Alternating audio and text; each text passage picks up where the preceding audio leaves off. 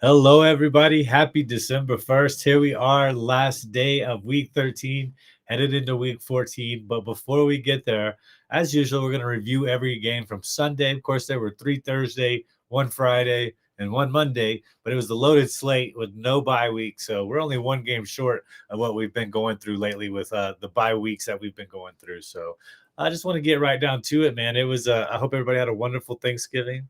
And I hope your fantasy teams are doing well. I hope they're not eliminated. Odds are, if you're joining us this week, you probably have at least one team in the playoffs or on the cusp of the playoffs. So kudos to those teams. We'll celebrate the good here and wash away the bad as it goes. Let's get right to it with the New Orleans Saints versus the Miami Dolphins. Oh, I didn't break down. Cooper will not be here with us if you haven't figured that out. Our guy Coop attending some stuff today, so it'll be just me. Just be winging it here. Get your comments in, though. We're going to try to get those in, answer some questions about your lineups if you have any, and just celebrate, at least one more week of fantasy football. As we some teams will be eliminated and some teams will keep going in most leagues. All right. So back to the Saints and Dolphins. Started out pretty, heavily in favor of the Dolphins. Saints came back and saved some fantasy football performances. Shutt came back and had a pretty decent performance if you're in a 6-point touchdown league. Despite a terrible first half. When I look at the running back situation, Devin Neal dominated the snaps with no Kamara, 59 for Neal, 13 for Evan Hull. Led to some production as well. I think if you started Neal, with no bye weeks, you had your whole roster available. So maybe Neal didn't get started due to hesitation, but it looks like the workload is going to be there going forward. Heavy three wide receiver sets for Kellen Moore out there with the Saints, starting to trust Chuck a little bit more. Olave had 42 routes. He had 6 targets. Devon Valet, go pick him up if he's available. Busted out. I don't know if it's just going to be a one-time thing. I don't think so, though. 40 routes, 8 targets, which led the team. He ended up with the best production day from the Saints standpoint. And like I said, 8 targets, 8 catches. Mason Tipton, 40 routes, 4 targets, 1 carry. Something we need to keep an eye on. We'll see how that plays out. But I think you definitely want Ville and you definitely want, Olave and the rotation. And like I said, Ville is probably available, and I don't have the figures in front of me, but I'm assuming over 50% of the leagues, maybe a little less in dynasty leagues and deeper leagues. But your standard 12-team league, regular bench, he's probably got a few available spots to go pick him up with the fab before you could run out, or your waiver wire priority if you haven't used it yet.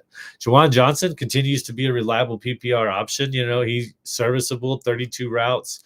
7 targets. He still has a connection with Shuck, carrying over week to week, despite Vele coming on, despite Olave still, being 6 targets, quite a few as well. Johnson's got the production. What's up, Mile High Stello? Thank you for joining us over here, the Colorado Brethren. Looking at it, though, I think you're going to be able to trust Johnson for the rest of the season. Tight end can be a little finicky. Luckily over here at Fantasy Alarm, we have Howard, we have Coop, so we got 2 great tight end whisperers over here. So just trust in what they say.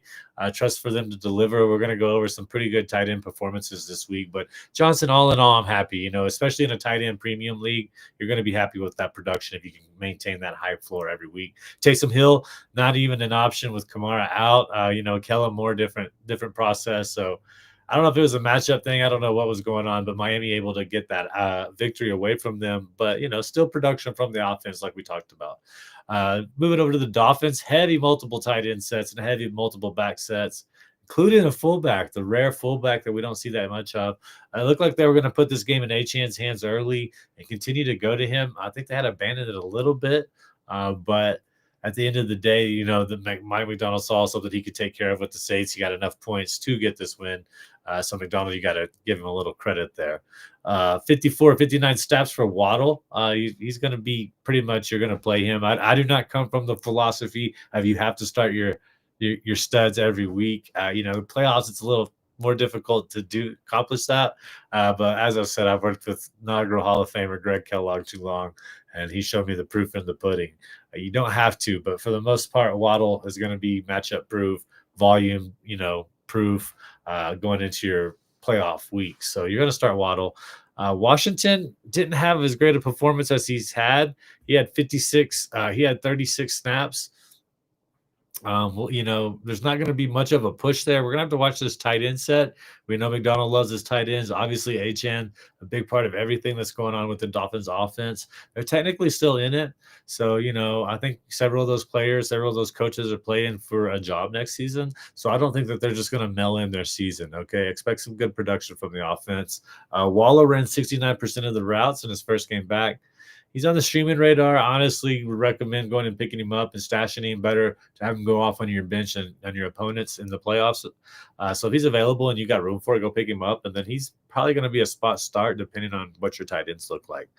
All right, before we get too much into it, I do want to let you know very special Cyber Monday deal we got going on here. And what that includes is 50% off, not just for this month, December. We're talking all the way through 2026, people. That's 13 months right there for 50% off. You're going to get Coop's advice. You're going to get Howard's advice. Jonathan, all over the place. I feel like he knows more about sports, every sport, Canadian football, ping pong, table tennis, the Irish Dart League. Jonathan knows it all, man. So go over there, get his knowledge.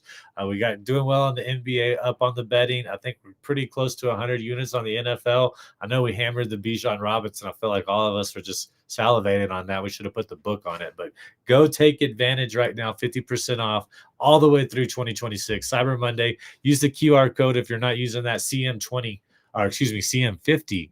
Will get you the discount for the rest of the year as well. Go take advantage of that.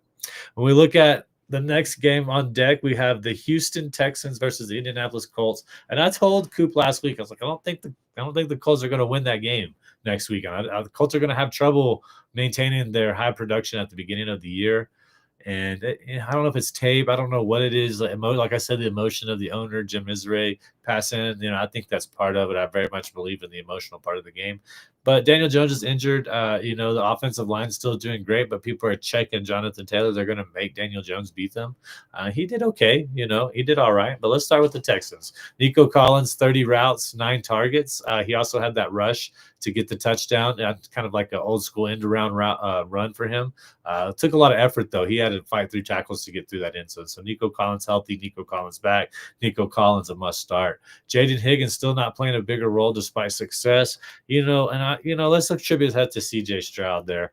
He's going to, I think, he was coming his way back. He went with who he felt comfortable with, Schultz, Collins, Hutchinson a little involved. I don't think Higgins is going to be necessarily phased out. I just think finding somebody reliable outside of the backfield, out of Schultz and out of Collins, it's going to be risky, but then again, risks are going to have to be taken in the playoffs if you're going to beat good teams, because everybody's going to have a good team that's in the playoffs. So I wouldn't panic yet. I wouldn't drop him yet. It is a big bye week coming, and if you need to drop him to get somebody, go for it. But otherwise, hold on to him.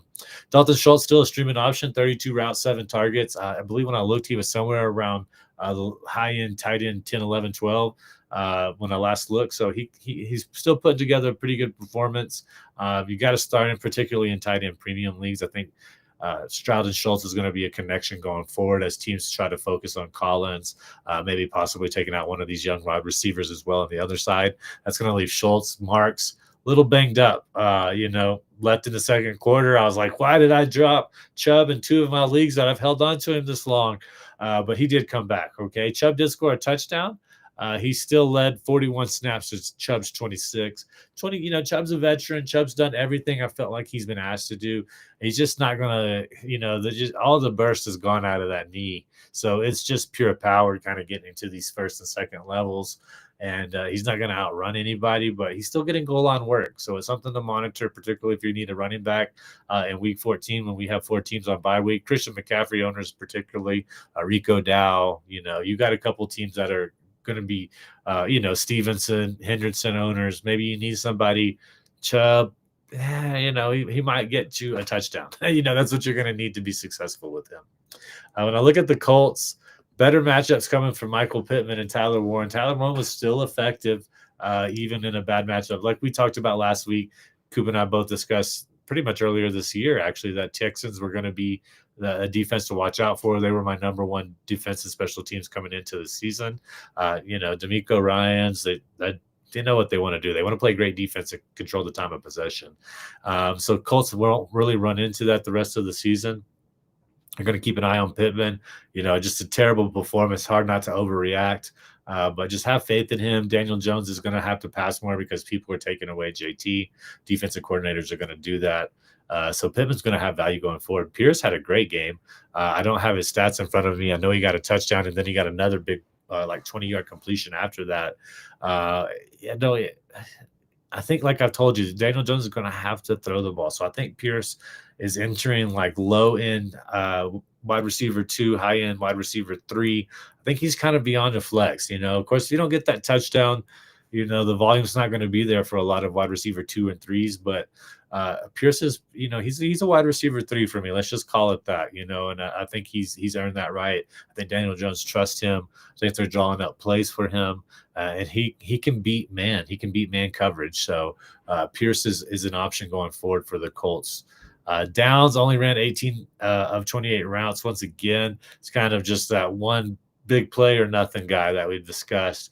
And that's, I wouldn't say that's phased out of the Colts offense, but it's going to be hard to achieve with Daniel Jones having better options available to him, and Warren and Pittman and Pierce, and of course Jonathan Taylor. You're talking about the 5th best option on a team. Can't be expecting too much right there. All right. Jonathan Taylor played every snap but one. They're going to try to force feed him. He had plays where he looked good. He had, I believe, about a 20-yard run get called back on a penalty. JT just he's going to be one of those people that are going to be difficult to bench, which we're probably not going to bench him. Obviously, you're going to play with the best running back, particularly on week 14 when we have good running backs out. He could be RB1 going forward for the Colts and the rest of the fantasy football season. Moving ahead to what was actually a pretty interesting game, the Atlanta Falcons at the New York Jets. Kind of bottom of the barrel scrapage, but Bender has to be happy that they're moving out of that top 10 draft pick status, right? Right. I mean, they still have a bunch of first round picks coming to them. The Jets are going to do really well in this upcoming draft, but they did good enough to win. Say what you want about Taylor. He wasn't the better quarterback in this matchup, but he won the game. When we look at the Falcons, both running backs are what really stick out. Bijan Robinson, 60 snaps, 28 touches, 193 scrimmage yards, 5 receptions, and 1 touchdown. He did everything that a first-round pick is supposed to do late in the season. He carried his team. It wasn't enough for the victory, but from a fantasy football perspective, he carried plenty of teams to a victory this week. That's what he was supposed to do. Would you trade Pittman for Myers? Nervous on Daniel Jones' health and Seattle playoff matchup. I have Devontae and Higgins too. I'm assuming this is Jacoby, correct? Yeah, I think I would. I trust T-Law more. Pittman's going to be good. Brian Thomas Jr. came back. We saw Strange eating into, some volume as well. I just think Myers is going to be better and more reliable than Pittman, who could get flushed out for touchdowns with Jonathan Taylor and Tyler Warren. We'll see how it goes. I don't think there's going to be worse options than Michael Pittman in the playoffs. That's for sure. I know you have Devontae and Higgins, but yeah, I think I would take Jacoby right here. Buka or Olave and Buka. I think I like Olave. Excuse me. The Saints are going to have garbage time going forward. We've seen that last week. Shuck is not a bad quarterback. We're not dealing with the growing pains of Shuck in the same way we have with Cam Ward, right? There's Olave's a big guy out there on the outside, big target. Juwan Johnson's going to pull some of those targets away like we discussed, but I think I'd rather have Olave and the garbage time to help me secure wins. Getting back to the Falcons here, Algier, man, he still had it's another one of those mirage effects. How we talked about with Minnesota and their running back situation being kind of the lake effect up there and being a little bit of a mirage. Well, it's a little bit like that too. But Tyler Algier is just way too productive. He only had 17 offensive snaps, but he had 10 touches in those 17 snaps. He had 55 total yards, 2 receptions, and a touchdown. It was a great call. His live touchdown bet was like 450, and it's almost something you can take a look at every game as they look to give Bijan some rest. They give him a break in the middle so that he can kind of help them towards the end of the game. Thank you for the comment. Appreciate it, Barnard 320. I don't know everybody's names like Ku talked about. We have whatever the ID is, but I appreciate you guys. Get your comments in. I'll try to help however we can. I know we got a big week coming, so we're breaking down all this data for you so you can incorporate it better. Bijan's going to be starting regardless, but Algier, he has flex value, particularly like we talked about with some of these running backs out. Tracy is going to be out. Singletary is going to be out. Henderson's going to be out. Christian McCaffrey's going to be out. So Dow's going to be out. Hubbard, that's going to be some interesting dynamics. So if you need somebody, I think if Algier for some reason is available, or if you're in like kind of a dynasty league where you can trade up to the last week of the regular season, maybe go take a look at Algier. I think he's going to continue to get heavy usage while he is in there. Granted, that was only 17 offensive snaps. The rise of Pitts, man, it's kind of the big question. I was on the Discord. Remember, hop in the Fantasy Alarm Discord. You pay for the subscription, you get access to questions. We answer them right then and there. I mean, it's like working in a fast food joint. You got a ticket time, and you're not allowed to go over that ticket time. We try to get those questions answered immediately as possible. And Pitts was one of the most talked about players when I hopped in about an hour before kickoff yesterday. It was a lot of Pitts questions. What do we do with him? And I get it. Cousins didn't show much relationship with him, but as I mentioned before in the show a couple of weeks ago, Cousins has shown the ability to carry tight ends and make tight ends a commodity for your fantasy football team going. And Pitts, he led the team in targets. He had the same amount of receptions as the rest of the wide receivers combined. Out target them, out reception them. And then he ended up with 82 yards on those 7 receptions. So 15.2 points in a, PPR league, a tight end premium league. You're jumping up even more than that. An excellent game from him despite no touchdown. And some interesting data about Pitts. I don't know if they just go into a game plan being like, hey, look, you've got this matchup, this linebacker or this safety or this hybrid cornerback cannot cover you in these situations when we go to man, or we're going to exploit this with play action. But whenever he gets 7 or more 8 or more targets, he has 7 receptions in those 4 games this season. He's got 8, 9, 10. And every one of those, he's got at least 7 receptions. So he's very efficient when he's getting those high number of targets. If there's an advantage point, for tight ends going forward, I would highly recommend putting Pitts in and not question it, because the volume he speaks out in those games is going to be good. He's going to end up being like tight end, top 4 tight end, which could be the advantage that we need in the playoffs to separate you from the median average of your points. You get that extra boost all of a sudden. Now you're feeling a lot more confident. You have a greater chance to win when we need to win, when it's win or go home. So start Pitts with a little bit more confidence going forward. I think he's going to do well. Wide receivers, man, they're just going to be touchdown dependent, whether it's Mooney, whether it's Sills, whether there's one of these other people. I thought Cousins would have a better Rappaport. I thought the Jets cornerbacks wouldn't be good enough to kind of give the Falcons grief. But like Coop talked about, we was wrong on last week predicting the person. This week it was pretty much Pitts in the backfield, and that was it. So keep that in mind going forward. You don't want to put a lot of risk on Mooney in your fantasy football playoffs if you don't have to. Next week, you may not have a choice with, like we talked about, 4 teams on bye, but just monitor Mooney going forward and trust Pitts too. Bucky, Strange, Sutton, Algier look nice on my bench. Yeah. Sutton, I thought was going to have a good game. I figured he would after a bye week.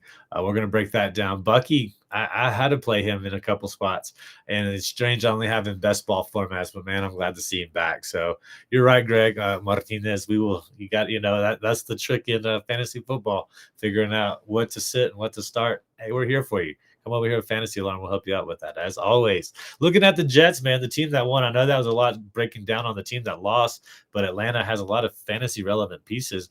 Look at the Jets.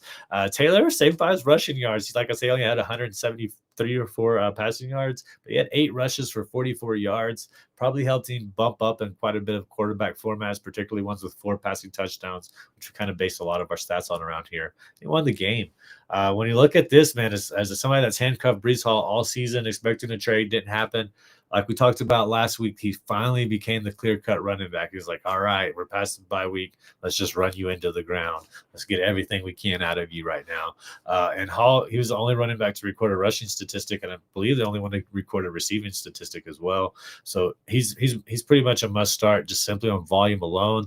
They're never going to get a positive game script really and just run him and give him that 30 touch volume that we see with Bijan and other great running backs. But Hall's doing enough with 19 carries, 68 total yards, 1 touchdown, 2 receptions, 8 yards.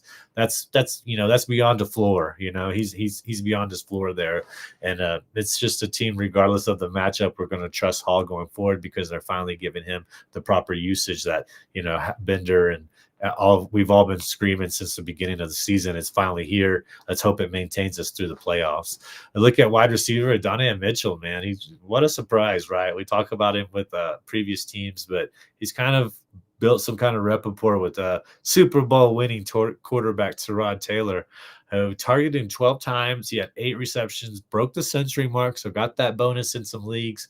And, we were all spending on John Mitchell. I went and got John Mitchell in about 2 or 3 leagues, won a high stakes league. But don't panic yet. That's what I'm trying to tell people. He's still out there, 8 targets, 4 receptions. When you look at the passing routes, he was out there for every snap route was a pass route for him. 19 yards, not what you want to see. The yards was the letdown. The targets are still there. The receptions, 4 receptions wouldn't be bad if he had 70, 80 yards. All right. We'd be happy with that. The 19-yard production. Falcons have a great defense. It's a very underrated defense. Coop and I mentioned it before. Decent secondary, going to make some mistakes because they're young at positions. But overall, a good defense. And I wouldn't panic if you have Mitchie. Just, give the third a little bit more of a chance. Let's not cut bait after we put Fab on him and picked him up in the waiver wire. Let's hold on to him and see what he does. All right, when we look at San Francisco, Cleveland. San Francisco hadn't won in Cleveland since 1984, something like that, longer than I've been alive, So that was really hard to believe. I couldn't believe that statistic when I heard it, but I'm old enough to remember when the NFC didn't play the AFC. So, maybe that's part of it that factors in. And Cleveland was so terrible for a good chunk of the 90s, and then they left. And so I guess there's some of that makes sense, but that's just rare to see that they handled business. They took care of it. It was pretty much over from the get-go. San Francisco looks like a complete team. Kyle Shanahan, it's either him or Andy Reid, in my opinion, that are the best coach of this decade, of the past 10 years. It's going to be one of them two, in my opinion. And Kyle Shanahan just make things work. Even in a fantasy perspective, games wrapped up, he's still making it work. Tight end and fullback usage keeps offense highly consolidated. Kill still getting 58 snap. Tongas, I had to, gave up on him, obviously. Pearsall 58, Jennings 54, CMC 53 snaps. So you're going to concentrate your fantasy on those guys. Brock Purdy had a great game. You're going to start him in most of your leagues. He's healthy. He knows this playbook. His playmakers are somewhat healthy. CMC's been very reliable, so therefore Brock Purdy is going to be good. No one else played more than 30 snaps outside of those guys. So once again, Kittle, Pearsall, Jennings, CMC, it's pretty standard with the 49ers, but Kyle Shanahan provides for those guys. From a fantasy perspective, he's making sure these guys are relevant for our rosters, that some of them have spike weeks, that CMC continues to be a high volume guy. He's going to take care of those positions, and you just got to trust them. Of course, they're on bye week, so if somebody drops them for a must, I can't help it. I got to drop him, so I get somebody to maybe win and go to the playoffs. Take advantage. Maybe save your waiver priority. Don't spend it on a free agent. Wait to see if one of these get dropped. See who gets dropped, and you can pick up maybe Henderson, maybe CMC, maybe one. Or they're not going to drop CMC, but maybe you can pick up Kittle or Jennings, or these players that are kind of right there in the 2-1, 2-3 tier. All right. It's a good way to beef up your team for the playoffs. Now look at the Cleveland Browns. Since Shadur Sanders has taken over, Harold Fanning leads in routes, targets, yards, receptions, first downs, tight ends, etc. That's what we broke down last week. When Shadur came in, it became the rookie takeover. Cleveland personnel roster moves, Shadur being at the helm. It's rookies. Let's see what we have. I've even heard the theory that they're going to, just be like, well, we tried everything. Now let's go back to Deshaun Watson. Shadur didn't look terrible. He wasn't great from a fantasy perspective. Only 1 touchdown pass, but Fanning is the key here. I started him in every lineup I could last week, and that's going to continue. He has a lot of faith. Tight ends are rookie quarterbacks' best friends already. They came in together. They probably had a lot of reps together to begin the season, begin practices. So Yeah, take a look at Fanning if you can trade for him, like we talked about. Dylan Sampson left mid game. Ford took over on pass down work. Ford was questionable all week too. This is bad news for Sampson, who we thought was going to get more reps. Looked like last week part of the rookie takeover was looking at control on third down situations, some goal line work as well, or excuse me, 2-minute work as well. And it's going to need to monitor it because really I think it just gives Judkins a boost. It doesn't really make Ford a viable option, but Judkins might get more use. Got wildcat carries at the goal line and the top of other work. So Judkins, once again, another rookie that you're going to trust going forward for the Cleveland Browns and for your fantasy football lineups. Judy, 26 routes, Tillman, 21, clear top wide receivers. But not much production, and Njoku's having a hard time staying relevant with Shadur Sanders at quarterback and Bond. Just take a look, deep leagues, dynasty leagues, hold on to him. It might be of service later, particularly if something happens to Tillman or Judy going down the stretch. Shadur Sanders, don't give up on him. Tough matchup, but it's going to make, Judkins, Sanders, Fanning are going to be reliable. Judy, I think he's got great flex option. That's kind of where I draw the line, though. Tillman's going to kind of be roster-based decision as it needs to be. Shanahan not better than Sirianni. I know, at Philadelphia, right? It's crazy. Howie Roseman has taken three coaches to the Super Bowl. Man, he's done an amazing job. Vic Fangio there, but I can't get Sirianni that bad. Sirianni doesn't get a better ranking than Kyle Shanahan for me. Started out in a hole because of Brees Hall and BTJ's slow start, scratching into a playoff spot after a good week. Thanks, FA fam. Yeah, the fam, hashtag FA capitalized family.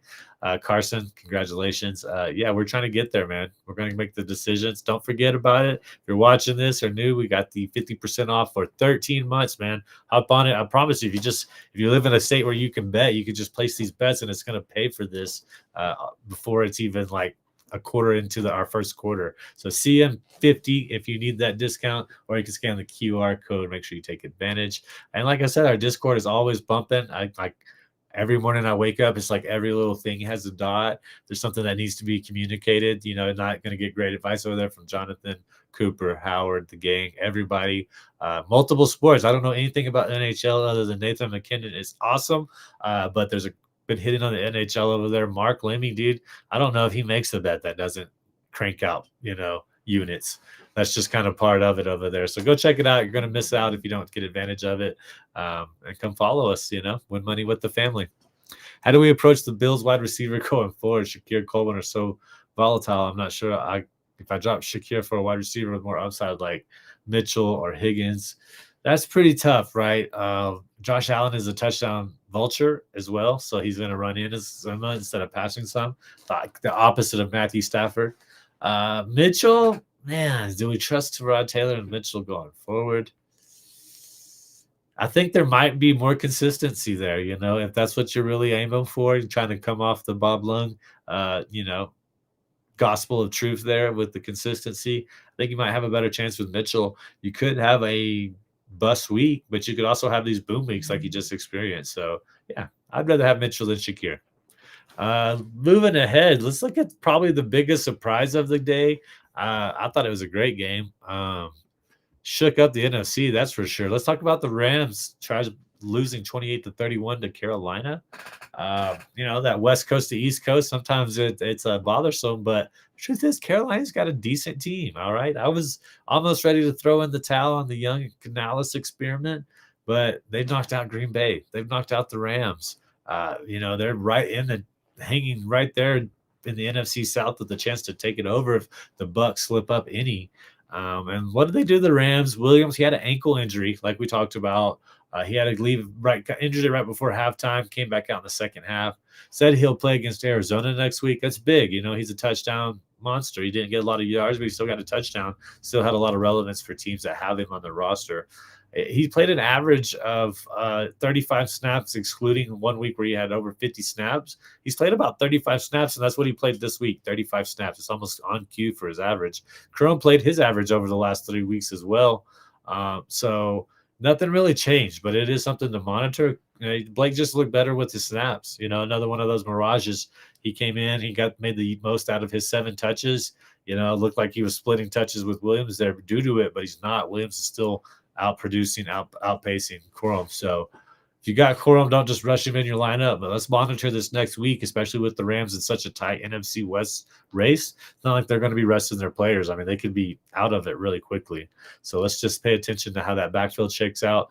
Tight ends, Parkinson has over 35 offensive snaps. He ran 13 of 19 pass routes, 68% of them. He had 5 touches, 4 receptions for 27 yards. So pretty great for a tight end. Not sure you can trust the other tight ends going forward. There were targets there. Stafford was obviously slinging this ball around just because it was never really like fully in their control. Obviously, they lost the game. So, but if you're looking for a tight end with Higbee out, Parkinson's is going to be the one we're going to put our hat on. He's the one we're going to trust going forward. And I think he's serviceable. I think he can start for most leagues because the Rams are going to be in some battles in the NFC West coming up. So just trust Parkinson's at least till Higbee gets back. Of course, Devontae Adams, you're starting. Puka Nacua starting. We didn't really see a whole lot out of Whittington. There's just no fantasy value outside of those two guys. They force feed those guys. Corum dipped into it this week, but didn't earn more snaps. Like I said, let's just monitor that going forward. When I look at the Panthers, Bryce Young looks good. He's rushing. He's passing great. Got 2 passing touchdowns to his wide receivers. He's given them value. Running back field is kind of shook up a little bit, right? You know, Hubbard ended up with more yards. I just want to pull that up real quick so I don't miss the yardage real. And it's going to be interesting to see how they utilize that going forward. Of course, I don't think they're playing next week, right? Are they one of the bye weeks? Yeah, they're one of the bye weeks. So they could sit up, draw up some stuff, take advantage of maybe Hubbard having fresher legs, recently. Yeah, we'll have to see how that shakes out. But when I look at the statistics of it all, it breaks down pretty evenly. Hubbard had 17 carries for 83 yards. Dow had 18 carries for 58 yards, had the longer rush, so they fed him despite him not doing well. And Hubbard had 2 receptions for 41 yards. Rico Dow had 2 for 21. So, and of course, Hubbard had the touchdown, which is causing everybody to kind of freak out. And I don't know, to be honest with you. Like I said, Young looked okay. 206 yards, 3 touchdowns, 15 completions. I feel like he got like every bit he could out of those 15 completions. And I wish I could tell you just like, yeah, don't worry, start Dow with 100% confidence. I mean, he didn't do bad. He still got 79 yards and 2 receptions, so just under 10 points. But when you compare it to Hubbard, comparison, the thief of joy. And I don't know what they're going to do going forward. I don't know if it was a good game plan for Hubbard. I don't know if they were, like Coop said, Rico Dow not great at pass blocking, so he's losing snaps there initially, and that's given Hubbard an opportunity to be the hot hand at running back. If that's the case, if Dow can't stay on the field on 3rd down or obvious passing situations, Hubbard is absolutely going to have value going forward, and it's going to be something that we're going to have to monitor. When I look at the wide receivers, Jalen Coker, man, led the team in targets, led the team in receptions, led the team in yards, and he had a touchdown. That might be here to stay. There was a lot of hype last year. We had to wait a long time to get Coker to kind of bust out this year, but these last couple of games have kind of displayed that Bryce Young at least has, some kind of rapport with him, a relationship with him, and trust him. So I think you're going to start Coker going forward. I know there was quite a few questions for him as well. Tet McMillan, we're still not panicking on him at all. He only had 1 catch for 43 yards and a touchdown and only 2 targets, but he still ran 100% route run. It's basically them two. Leggett is in there doing a lot of pass blocking as well on his snap. Well, actually, they all had 100% snap route, all 3 of them, but Leggett's just not shaking his defenders. He's out there also on run plays, blocking. So he's running the routes whenever they're calling for a pass play. He's just, 1 catch for 1 yard on 2 targets. It's pretty terrible. Fantasy perspective on the defensive side, they still have some pretty good guys. Mike Jackson, he really owned, that was a difference in the game, that pick 6 against Matthew Stafford. He was – that really is, something to monitor going forward. He's going to start shutting down wide receivers, I believe. And they have a legitimate shutdown wide receiver. And keep in mind, they had Morik, who was suspended as well. So they were down in IDP and still kind of imposed their will against the Rams. Best linebacker for rest of the season, Bobby Wagner, Zaire Franklin, Landman, or E. Wagner. These are 3 options in my league: 1 point per tackle, 2 points per sack. I think it's got to be Bobby Wagner, man. They're just kind of funnel everything into him. I mean, he's obviously won a Super Bowl with blanking out on the coach right now. Name he was a coordinator. He was a positional coach for the Seahawks, and I think they're just going to try to make sure that he gets another like Pro Bowl slash maybe All Pro season. I think you got to go with Bobby Wagner. I don't trust their offense either, so Bobby Wagner for me. Taking a look at the AFC South, a team I told Cooper about, the Jacksonville Jaguars. They dominated Tennessee. They should have dominated them. And it was just kind of like a pure confidence game. When I look at that game, there's just a lot of happiness, a lot of emotion coming from the Jacksonville Jaguars, cutting up with each other, just a lot of good communication. And they look really good going forward. I think it's something we're going to have to monitor with a decent above average defense and an offense that doesn't get near enough credit, because everybody is basically wanting Trevor Lawrence to not do well, or I won't say everybody, but there's a lot of rhetoric out there about he's not lived up to his expectations. He's not a great quarterback, but he's doing good enough to win, and it looked like he's going to take his team to the playoffs for another year, so not a whole lot you can do with what the coaching carousel has been there. But I think they finally found a fit, and I think this is going to work for fantasy. They tried to ease BTJ coming in, but Parker Washington hurt his hip. That was a big blow, for us that had him in his lineup. Going to have to monitor that injury. Not clear who would have played more between Washington or BTJ, but Jacoby Myers was clear top wide receiver. He had a great stat line. It didn't take much time to build a rapport with Trevor Lawrence, and then Liam Cohen is just working him into as many plays as they can. Short dumps off to let him use his athleticism across the middle. They're really exploiting Myers, and they figured out how to use him in ways that Las Vegas was not this season. Britton Strange, 26 routes, was close to BTJ, 27, and Myers, 30. Should be added to and possibly started. Yeah, I mean, Strange is somebody, like I said, I had him in best ball. I've been waiting for him to come back because the usage is there. And at the tight end position, it doesn't take a lot to be in the top, kind of the top third of the class, so to speak, or the top 8, top 6 tight ends, and Strange can do that. They obviously felt good letting go of Ingram. They obviously felt like they had something with Strange, and T-Law and Strange just seem to have some, like they're on the same wavelength. They're there together. In times of need, he'll look to Strange's way.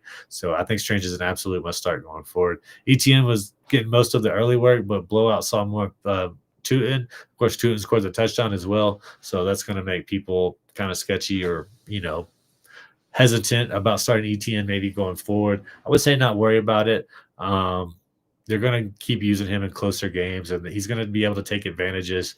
And honestly, him just taking plays off, just keeping his legs a little fresher for a deep run that the Jacksonville Jaguars are about to take. When you look at the Tennessee Titans, Alik Ayamanor returned to lead in snaps with 50 targets. With 50 and targets with 5. So he had 5 targets on 50 snaps. Other wide receivers were close behind. Chimere Dike, 45, 4 targets. Van Jefferson, 44, 4. Not sure you can start Jefferson with confidence. Dike, he was underwhelming. If you played him, you didn't get a lot. But you just have to see going forward. I think he's still going to have some good weeks. Like I talked about, Jacksonville better than average defense. So they were kind of all over Cam Ward with their defensive line pressure and blitzes. So could have better games going forward. Tight ends still split routes and targets. If one went down, we could actually trust the other. We've been saying that, I think, for about a month. So, nothing changing with Tennessee. They're pretty much heading right for the first overall pick again next season. Could see some trades there. Has been banned from future betting goals. Yeah, Greg, I get it, man. How's it go? Fool me once, shame on you. Fool me twice, shame on me. ETN banned. Yeah, he's out of there. It's hard to put him on a parlay, right? But he might be somebody that's better in reality than he is for betting purposes. Looking at tight ends, thank you, Iggy. One more. I have an open IR spot. Best wide receiver stash for the upcoming playoffs. Mike Evans or Jaden Reed. And that is a tough one. If Evans can come back, I mean, he's going to be effective. He's going to be a touchdown threat, whereas Reed is still going to be a gadget play. But Watson and Dobbs are kind of taking over that role. You know what? I think I'm going to go Reed because there's no tight end there. They're missing a lot of in the middle of the passing. They're missing kind of delayed plays, if you will, play action plays, so forth. So I think Reed might actually get more volume, more catches, Maybe not as many touchdowns, or maybe about the same amount of touchdowns, but he's going to get more volume. So I'm going to go Reed. Like I talked about Chig on the tight ends, he had 24 snaps, 5 targets. Gunner 22 for 7 with 7 targets. So yeah, I mean, Chig almost got our hopes up last week thinking we were going to have a good week, but it's just, man, it's going to be really difficult to trust those guys in the playoffs. You just can't do it, really. Negative game script, Samar, Tajay Spears on pass downs than Tony Pollard. Neither one of them really did much. Pollard had a better game, I feel like, than he's been having, but there's just nothing there. He's just one of those players that you can't really draw, but you can't start. So he's just stuck on your bench. Looking at Arizona, Tampa Bay, that was a pretty good game. Arizona, once again, loses a close one. I need to go back and look and see what their combined losses are from point total. It's got to be less than 30 points, even though they've only won, 3 or 4 games. Marvin Harrison Jr., he's been eased in. 29 routes of the 45 were, not great. Michael Wilson, 43. Trey McBride, 42. Jacoby Brissett doing what he can to keep those guys active. Xavier Weaver, wide receiver 3. Greg Dortch was an odd man out. Went and picked him up in a very deep league. He didn't get any action, didn't play him, though. We look at Carter, Michael Carter, that is, coming out of the backfield, passing downs, 32 snaps, over 22 for Knight. It's a hard game to see going down to Tampa Bay, coming from the desert. Trey Benson's on watch. You'll have to see what they do there with him. Pretty much you're starting Wilson, McBride, maybe Harrison Jr. It's going to be a little iffy after that. You're not going to put a whole lot of faith in these guys going into the playoffs. When I look at the Tampa Bay Bucks, though, Godwin just had a game. It seems like every highlight I was checking on Red Zone is Godwin. Everything that he kind of was at the start of last year. And it just takes a long time to get over those injuries, dude. That's just how it is. You're not just going to bounce back from your knee getting destroyed. That's, you can't just find the rare exception that happens and try to make that the example. It's kind of one of my messages. Don't make the exception the example. It's going to take time to recover from these. It's going to take time to get 100% confidence back, timing back, rhythm back. That's just how it is. But he looked great. Tez Johnson, 23 routes to 19. Still not a Ibuka level, 34 snaps. They're going to put him out there, particularly with Mike Evans out. You're going to just have to trust that he does better. Mike Evans and Jalen McMillan could be back soon. McMillan, keep an eye on that. I don't know. I'm not certain about that. The neck, nothing to play around with. I don't think they're going to treat it lightly, but Mike Evans is a real possibility. Kate Otten back to matchup, base streamer only. Yeah, Otten's one of those guys, high snap count. He's going to be out there. Is he going to get any targets? He's going to get less as Bucky Irving comes back, Mike Evans comes back, Chris Godwin's healthy. Like he's not going to get as many volume. He's not going to be a reliable starting tight end for you in your playoffs. Running back rotation back to last year. Bucky returned to big workload. Rashid White got some pass work. Looked good in that pass work. Sean Tucker only 9 snaps. So hopefully you were able to ride that wave before it crested over and broke, because Sean Tucker's not going to have a lot of value.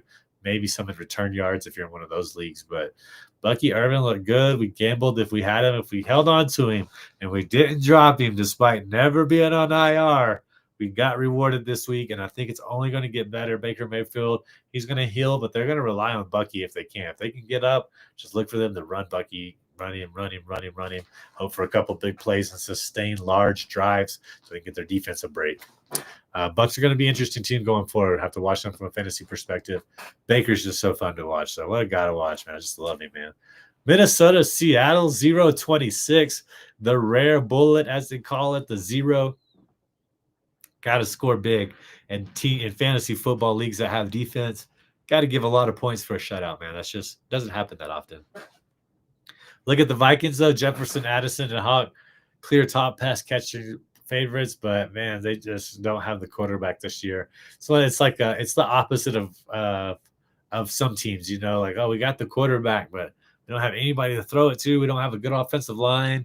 They don't have those problems. They just don't have a quarterback right now. They had quarterbacks and gave them away, believing that their coach was going to be able just to fix all and some rookies and guys that don't have any NFL experience, and that's not how it works. Go look at Peyton Manning's rookie year. Go look at some other prominent quarterbacks rookie year. Troy Aikman, is coming to my mind.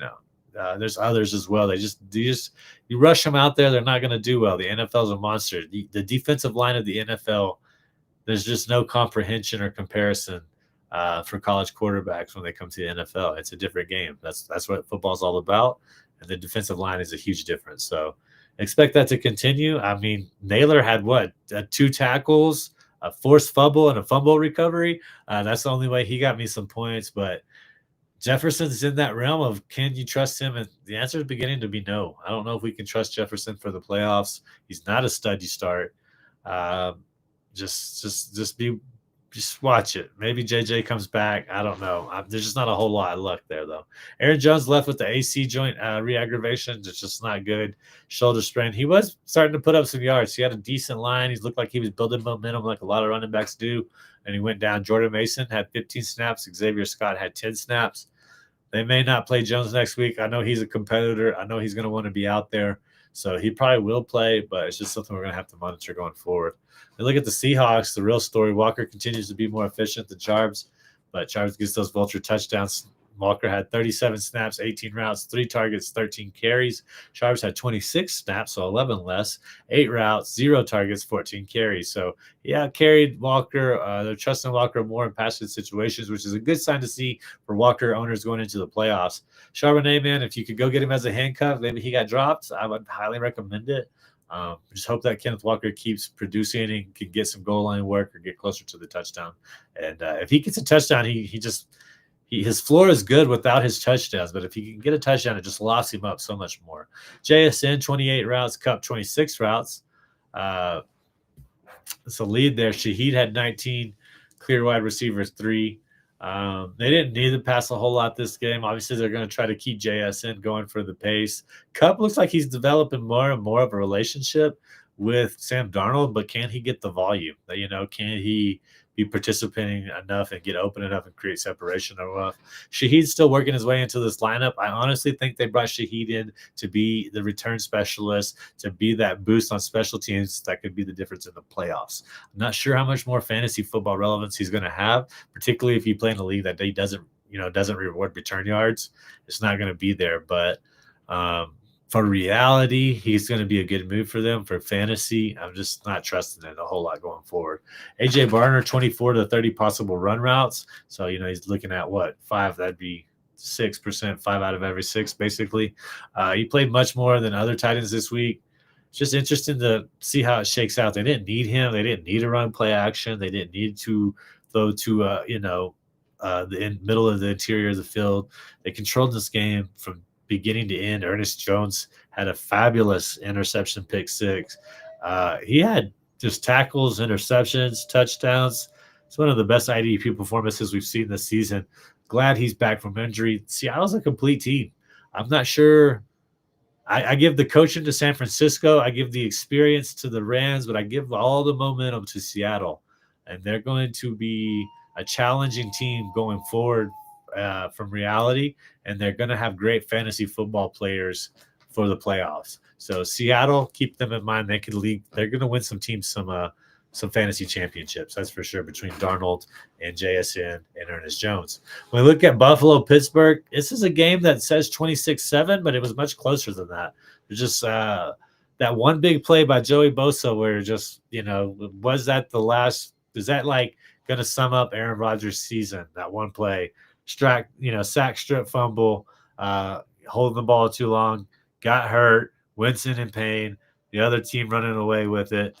It's kind of a sad image to look at one of the best quarterbacks of all time, but it's kind of fitting. He looks over there with the nose, got the Band-Aid on, blood crusted over, snot, and he just looked defeated. He looked tired. He looked tired of playing football in that moment. Injuries to his wrist, face. We're going to have to monitor this going forward. Of course, they got Baltimore. Somebody's going to have to win the AFC North. It went from being one of the most competitive, feared divisions to basically the doormat. No team has a winning record in that division, but I'm expecting him to play because if they win that game, they're going to have a huge advantage. Can you trust them against Baltimore? Buffalo, they should have ran more against them, and they couldn't take advantage of that. The offensive line's not great for Pittsburgh, so you're going to have to monitor that. Warren was saved by a touchdown. He had 12 touches for 44 yards. Gainwell has 7 touches for 45 yards. just mediocre play. They just couldn't get anything going offensively. We're gonna have to see if they can trust Arthur Smith to do something, be creative. Highly unlikely, but they got to start out fast. If they don't start out fast, they're in trouble because then their defense can get to work in the offense, send some pressure, design, cover up some schemes, disguise them, and that their defense can then help their offense. But once they get behind, it's going to be really difficult for them from a fantasy perspective. So Washington leads team in receiving yards. That's a tight end that I always talk about with Coop. If you're going to play a tight end on this team, it's got to be Washington. He had 45 yards, 2 receptions, so 6.5. Not the greatest stat line, but it's a tight end. Metcalf just doesn't have the rapport with Rodgers right now. 3 catches, 32 yards. They basically know if they shut him off, that their team doesn't have much production outside of, big play production outside of Metcalf. So you see people capping that off. Steelers were dominated, but it was basically that one play by Joey Bosa that kind of wrapped it all up. All right, we got 2 more games, so I'm going to try to fly through this for us. Looking at an AFC West battle, the West is best, and the Raiders, man, they had a lead, believe it or not, for a little bit, but Harbaugh came through. Justin Herbert came through. That defense came through, and they won 31-14. Jinty got every snap but 2. So the volume's there. He was a big question this week as well over there in the Discord for Fantasy Alarm. You got to pretty much trust him unless they're going to be like, all right, we're going to throw another quarterback out there. Then you're going to be in trouble because then teams are probably going to tee off on him. With Geno at play at quarterback, they still have to respect him. They still can realize they can make plays off of him in the pass game. So you're going to start Jinty. Route leaders out of 29, Trey Tucker had 28, Brock Bowers 27. The only one that was efficient really with those snaps. Tyler Lockett 19, Jack Beck had 14. It was all about Bowers. This was going to be a tight end special. Chargers are not great against the tight end despite having Derwin James. And Bowers delivered. If you had him, you were frustrated with him all season, but you can see the potential. You're seeing the ceiling. You're seeing him come alive in these late weeks of the season. Like Coop and I discussed, there probably was some injury that were not disclosed kind of the beginning preseason that they didn't talk about. He looks good now. Trust Bowers. When we look at the Chargers, route leaders out of 28, Ladd McConkey 25, Quentin Johnston 23, Keenan Allen 22, Rondé Gadsden 19. All these guys had some yards. They all were looked at by Herbert. Keenan Allen, Mr. Third Down, man. I mean, just double him. That's where the ball's going on third down with the Chargers. I understand it. Johnson had an early touchdown, kind of saved his line. Ladd McConkey, a little disappointed if you had him. Gaston had some catches, nothing to write home about. They weren't really pressed in the second half, so these guys didn't really have to do much. I think you're going to trust a lot of these guys going forward. Chargers on the outside in, so they're going to have to play well. They're going to have to put teams away, and I think you're going to be able to trust a lot of these guys going forward. Raiders, quietly tough tight end matchup, bottom 5, but Gaston is no longer must start given lack of recent production. Stash someone at least. Yeah, Gaston was a question. You might take a look at him against better matchups, or if one of these wide receivers go down, I think Gaston's going to have a lot of relevance. All right, wrapping it up with an excellent game last night. The Denver Broncos at the Washington Commanders. It was must-see television. It was kind of back and forth. We had big defensive plays. We had big offensive plays. We had steady production. Felt like Dan Quinn. That's why I couldn't think of his name earlier. Sean Payton. We're kind of in a little bit of a chess match. And it was just players everywhere were doing great. From a fantasy perspective, it was everything you could hope for. Looking at the Broncos, 95 passes in this game, man. 50 for Mariota. Like we talked about, they had a production meeting to make sure that they, said his name correctly, which, that everybody deserves that, particularly a veteran, a Heisman Trophy winner. But I've never heard such an emphasis on Mariota, at all. And it was definitely interesting. As I was watching that game, I was picking up on it. You couldn't help it. Almost became like a drinking game. Like, when did they say ta? Okay. But Knicks 29 for 45, 321 yards, 1 touchdown, 1 interception. The yards were there, the touchdowns there. Harvey, though, was really the star of the game, even though the stats don't necessarily reflect it all. 16 touches, 62 yards, 2 touchdowns. So there you go, Coop. Your guy finally busting out. You've been kind of touting him and touting him and touting him. When Dobbins done for the season, it looks like Harvey's going to have a significant role. Might just be that rookie running back that can help teams win fantasy football championships. Albert McLaughlin still has somewhat of a role. It's better for reality than for fantasy football, but if you could go handcuff Harvey with him right now, go do it. Because all it's going to take is this one injury, and then you're going to need McLaughlin, and then there's not going to be much choice. Battier, however you want to say it, did have some snaps, but it's clearly Harvey, McLaughlin, Battier. All right, so take a look at that. Ingram, man, he led the team in targets and receptions, 9 targets, 6 receptions, 79 yards. Big bust out game. It's everything we've been waiting for finally. He ran routes on 23 of the 25 of the routes they had, so 92% of the pass routes he ran. But Trotman, dude, he's still there. He had 4 targets, 3 receptions, 47 yards.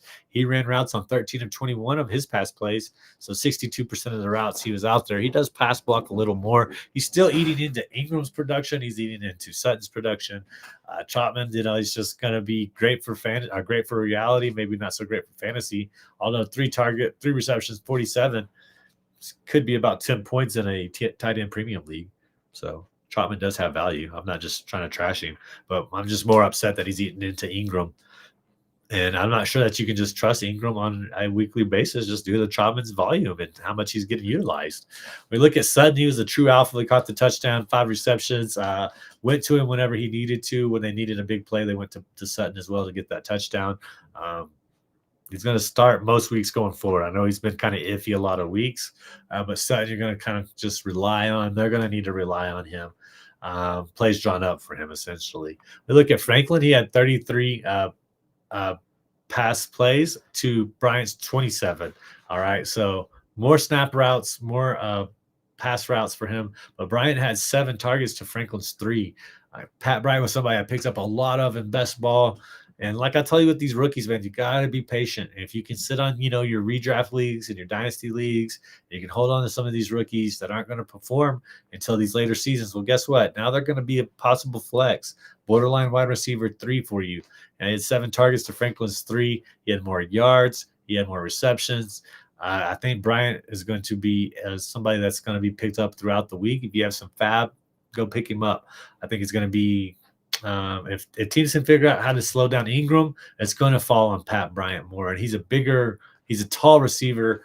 He's a possession receiver, but he's also got the speed. So Bryant's pretty much a must-add for me going forward if you need help at wide receiver position. Unfortunately, Marvin Mims is droppable almost in return yards as well. They try to give him some plays, but he just doesn't have the connection with Bo Nix. It's terrible because Mims was their first draft pick in 2023. They didn't have a first round pick, but he was their first second round pick, and they're just not utilizing him. From a fantasy perspective, you might find better usage if you go put somebody else on that roster spot. I look at the Commanders, man. Mariota, league winner, maybe. He might just be a league winner. I don't know why the Commanders would bring back Daniels. They're completely out of it. They don't really have a whole lot to play for. He's their franchise quarterback. I mean, I understand the spirit of competition, but it's just really from a logical perspective, why would you rush him out with, 4 or 5 games left in the season? It just doesn't make sense. So Mariota could win some leagues. He really could. He had 28 of 50 passes, unreal. 294 yards, 2 touchdowns, 1 interception, and he had 10 rushes for 55 yards. He was the leading rusher for the Washington Commanders, okay? Just he's going to win some leagues. If for some reason he's out there, go pick him up because they're not going to just be blowing teams away where they can just run the ball. That's not going to happen with the Commanders. They don't have a good enough pass defense to do that. So, yeah, start him. If he's on your bench, start starting Mariota. He's going to be a league winner.